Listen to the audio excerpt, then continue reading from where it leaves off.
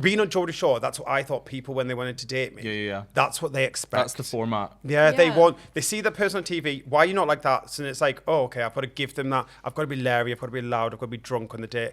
And I'm like, but you're not getting me. So then it's like, that changed my whole way of dating from there. Were you out on the show? No, so when I first joined the show, I told them I was bisexual.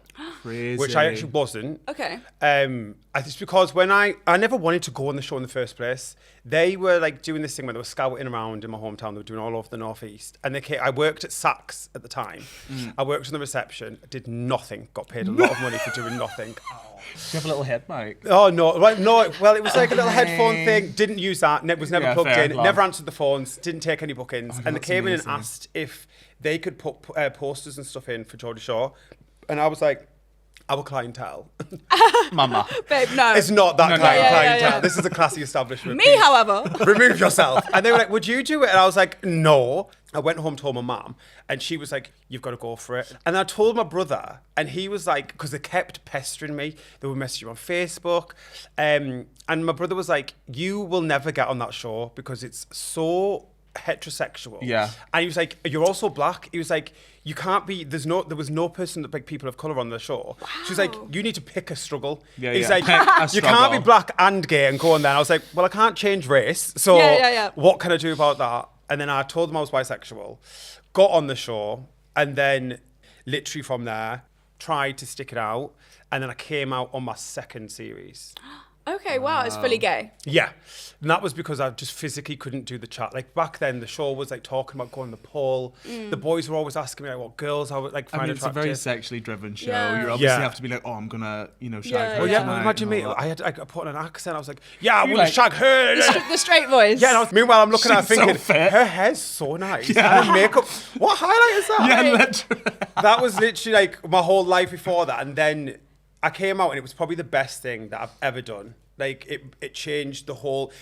I'm not gonna lie. It changed Geordie Shore completely. Yeah. Like the way the boys received me, the girls, like the way the audience like received me. Some not so well. Well, it's representation at the end of the day. Well, exactly. But when me doing that though, because this is like you're talking, this was like 10 years ago. I didn't realize how big of a thing that would have been back then. Of course. And I wasn't doing it for anyone else. I was doing it because I wanted to be comfortable. Yeah. And also, the demographic watching that show are straight young people. So you being a gay person in that TV show must have been like... The only like homophobic things that came from online were from middle-aged older men. But they all had like pictures with the kids and stuff in the profile picture. And I'm like, you're sat there calling me the F word, this, that and the other. And I'm like, chances are, darling. Yeah. 3 of them children in your profile picture. One of them's going to be gay. Yeah. Statistically. Yeah. 100%. So I'm just like, that was the only bad part I think about doing it. But like even now, 10, 11 years later, I still get messages saying like how important that was. Yeah, how important it was. Wow, that's so incredible. amazing. That must feel so like full circle moment, especially if you weren't thinking about it at the time. Oh God, yeah. Do you think it would have changed your mindset if you had kind of gone into it with the like, oh my God, the gays, like they're going to be riding off this? I don't know. Part of me does wish that I went in there just being myself from the beginning. But then I also think if I did that, my journey were to where I am now, it would be so much different. And I don't think I would have had the experiences that I've had along the way. Yeah. Right. So I don't know. Was that when you came out on Geordie Shore? Had you already been out previously in your life? So to my family, I had come out. Close friends had come out. My dad, I hadn't. Okay. So that was his first time seeing it. Wait, so he saw you come out on TV? No. That's So when I went in the show, he still hadn't seen it because I knew he didn't have Sky. Or anything like that. Fair. And then I told him, I think not long after.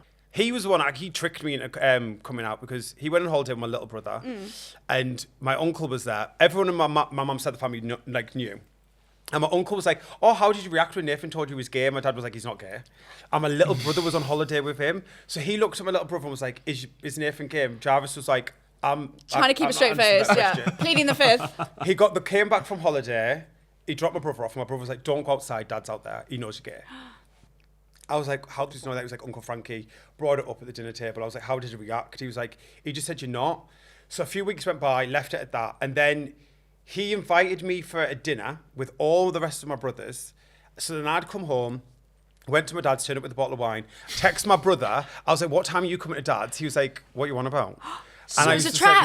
Yeah, it was a trap. It was a trap. I give you your points, Glenn. I turned up and my brothers were like, we're not coming. And then we sat in the front room, we were talking. And then he was like, my stepmom was like, oh, one of your dad's workmates, because my dad was a bus driver. He was like, one of your dad's workmates seen you at the bus stop kissing a boy. And I was just like, bitch, I know this is a lie. Was that a lie? Yeah, Kiss boys at bus stops. Well, I don't. I was like, I do it behind things. Yeah, like, yeah. in the club toilet. In the I go down the alleyways. Yeah, Yeah. I'm sneaky. Yeah. So I was thinking, I'm so good at what I've been doing and hiding this. I was like, that is such a lie. And I was like, no. And then I was just kind of just like, if you've got something to ask me, just ask. Just ask it, Like, yeah. You I'd said rather, that. yeah, and I was Love. just like, I'd rather like we not do this whole beat around the bush. Dance, yeah. And they were like, I think they said, are you gay? And I was like, I didn't answer directly. I went, well, I don't like girls. Yeah, politician's answer. Yeah, and I was just like, oh, and then my dad, like, I just remember he walked towards me and he just hugged me and like I cried. He was just like, you're my son. And I think he was more upset that he felt that he'd done something to make me feel like he couldn't tell me. Yeah. He did actually ask me like why I didn't tell him.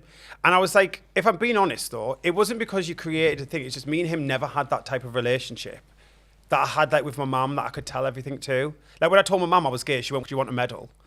And I was just like, It's kind of the perfect answer. yeah, no, but I was like shocked. I was like, Be like, yes, please, I was a like, little trophy. I was also like, you don't know that I'm gay because I'm telling you now. Yeah. And she was like, yeah, I would have okay. loved that dismissiveness. Yeah. Do you know what I Oh mean? no! And then the next day, I remember she came downstairs, She's like- and I was eating Weetabix, and she went, "You still gay then?" And I went, "Yeah." It's interesting a father-son relationship when you're a gay person. I was expecting the worst when literally it could have been the best. I could have told him it's the same like when I went in Geordie Shore. I could have came out straight away because I was expecting the worst. Yeah. Like I think it's more. I think we do that to ourselves as like a form of it's a protection. Of kind of thing. 'Cause course. if I can control the narrative in this space. Yeah, it's all about control. Yeah, I can control what people know, what people see, what they perceive of me.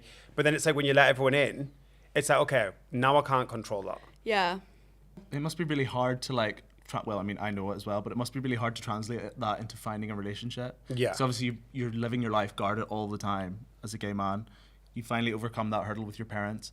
So like weaving that into like dating someone must be quite difficult. Letting your guards down. I think the whole time, like when everyone knew, I didn't have a single relationship then. Really? Like no, and I wouldn't even say I was dating either. It was more flings because I course. was just like I don't want to get Too attached to close anyone. because you can't. Yeah, fully, and like yeah. not even that. Like I was meeting people in back alleys. I was getting strangers' cars. Yeah. Like I was meeting people off the internet. I was on them dirty. I'm gonna have a drink. Yeah, I was gonna say, get this boy I a was on drink. them dirty chat websites. I'm so sorry, dirty, mum, if dirty you're web. watching this. The deep dark The web. dirty websites, Yeah. meeting men. Like those. Oh my god, I'm gonna tell you about one story. Yeah, Right? So please. Yeah, go on.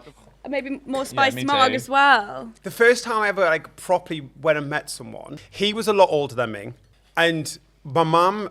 I think this was before I even came out as well. It must have been because my Yeah. mum didn't know where I was going. We'd met two boys on holiday.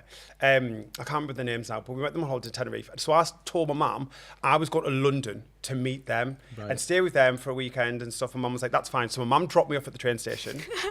The second my mum disappeared, this man then picked me up, Oh my god. took me to Blackpool. Yeah, like not the best. Took you to Blackpool. Took me to okay, Blackpool. road Not even trip. going to London. Like, Yeah, wow. we went to the Pleasure Beach. What's We the went pleasure beach? the theme park there. Oh, I thought it was like No, some it's not like sexual. Yeah, dirty yeah, yeah, place. yeah. does sound Give me some sexual. like nude beach. Went to the Pleasure Beach and then we went back to this dainty little hotel, and it was just a lot. Yeah, a Do you know lot. what I mean? And it was like I was like, The look in your eyes. yeah, because I'm just like. It was a lot. Because you know when like you live in that double life and it's like this is when I think about it now it is really dangerous because I've just got in a car with a complete stranger. Yeah. I'm in 200 miles away from home. Yeah. But that's the lengths we go to Yeah. when we're in the closet. 100%. To experience like intimacy. Yeah. This is what I'm saying. We all have to be under the rug about it. Like even when we're young and like, you know, when people like straight kids are like discovering kissing and Yeah. it's so cute when a boy and a girl kisses at a party. Yeah, but but then like two when it's boys- like You a have gay that, man or yeah. two gay women, we always seem to be doing it in secret. Yeah. It sets it up when it's like normalized. And then for they the call us straights. dirty because it's secret. And But we do you do think it that's in because alleyways. people like not to blame our parents and stuff, but do you think that's because when we are kids, like say if you did kiss a boy at school and like, oh no, you don't do that. Yeah. Boys So don't it wear int- boys don't wear yeah, pink. it We don't play with internalises Barbie it. girls. Yeah. It's the 100%. compact society. Yeah. 100%. But yeah, it's very interesting to like see how you translated that and how you overcome Yeah. like coming out to your family and then translating that into a relationship. And then doing it in such a public way as well on Geordie Oh Shore. God, I know. Like that was even now when I still think about it, I'm like me 5 years ago before being on Geordie Shore knew that that was going to come out on TV and everyone was going to see it. Not only that as well, little brag, it was one of the most watched episodes at the time. Stop! And I bet that meant so much to those like young queers who didn't know about themselves or had never seen themselves on TV in that way as well. In so. a heteronormative space. Yes, Exactly. Crazy. And taking up that space as a queer person, taking it back from the Even now straights. though, like still, people still message me about that, which I think that for me, like that's Affirming. cemented things, and it's like, oh wow.